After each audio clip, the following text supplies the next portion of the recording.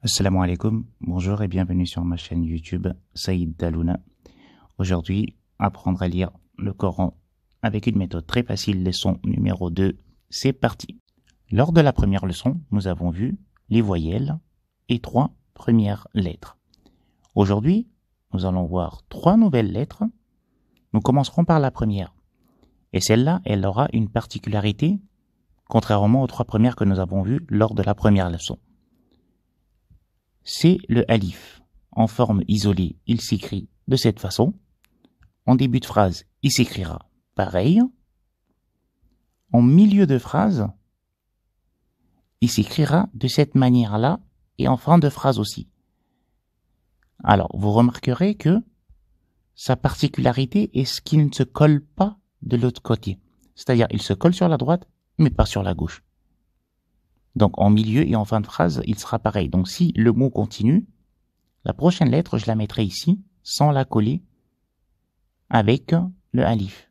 Mais il se colle avec la première lettre, mais pas la deuxième. C'est-à-dire, il ne se met pas au milieu. La deuxième lettre est le lam. Sous sa forme isolée, il est comme ça.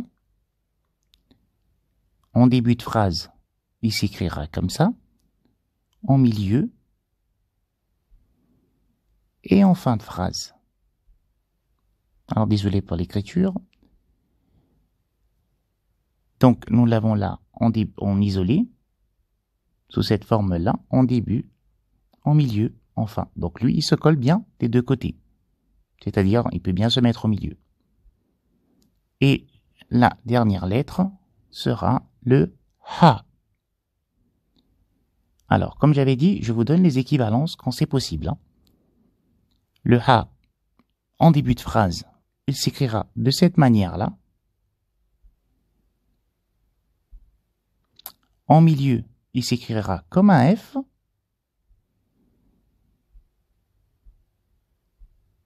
Et en fin de phrase, il s'écrira de cette manière. Donc, vous remarquerez que lui aussi, il se colle des deux côtés. Donc, on peut avoir une lettre avant, une lettre après. Contrairement aux autres lettres, il a la particularité d'avoir 3 formes bien différentes. Notamment, c'est celui que vous allez reconnaître dans le Allahu. Maintenant, nous avons rajouté les voyelles.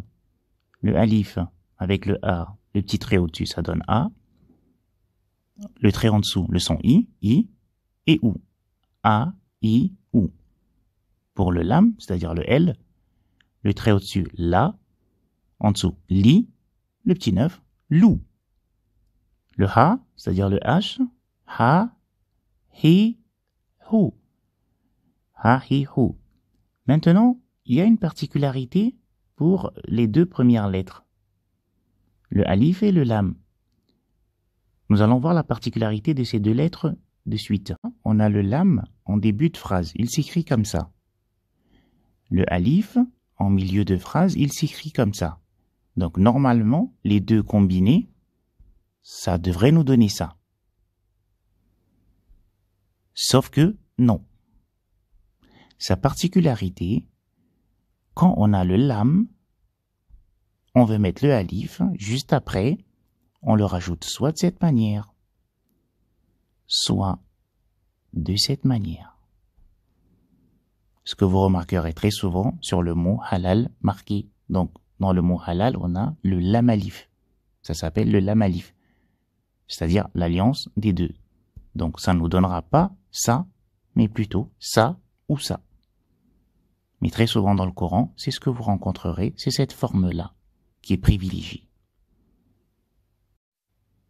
Lors de la première leçon, nous avons déchiffré le premier mot, qui est bismi. Maintenant, nous allons déchiffrer le second. Nous allons commencer par la décomposer. Là, nous avons le alif. Là, nous avons le lam. Ici, de nouveau, nous avons le alif. Et là, nous avons le ha en fin de phrase. Maintenant, 2 choses à savoir. Vous vous poserez la question à savoir pourquoi le lam et le alif ont été collés. En fait, c'est le lam et le ha qui ont été collés. Donc, le alif a été rajouté de cette façon-là. Même s'il n'aurait pas touché par là, ça n'aurait été pas une erreur.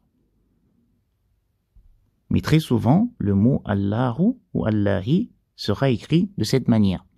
Maintenant, deux choses à savoir sur le nom. Ici, on a le A, la. Quand vous verrez ce petit W, cela veut dire tout simplement qu'il faut doubler la lettre sur laquelle elle se trouve. C'est-à-dire là, Allah, donc Allah, al, donc c'est le L, al, pour le al, et le la. Donc on double le L. Allahi, puisque le trait en dessous. Donc ça fait Allahi. Dès que vous verrez ce petit W, faut doubler. Normalement, il est sur le lam. Il est mis pour le lam. Donc, ça nous fait al. Donc, le premier L, ça fait al. Et le deuxième, la. Al, la, hi. Allahi.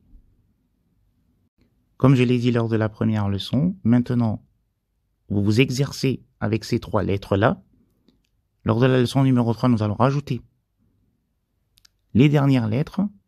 Et normalement, si vous suivez bien la méthode, à la troisième leçon, cette phrase, vous la lirez sans problème. Donc, n'hésitez pas à former des mots, repérer les mots que vous connaissez déjà dans le Coran, et ainsi de suite, lors de la troisième leçon. Si vous avez des commentaires, notez-les, je ne manquerai pas d'y répondre, ou des suggestions. Pour ma part, je vous remercie, abonnez-vous si cela vous a plu, et je vous dis à la prochaine vidéo, Inch'Allah. Au revoir.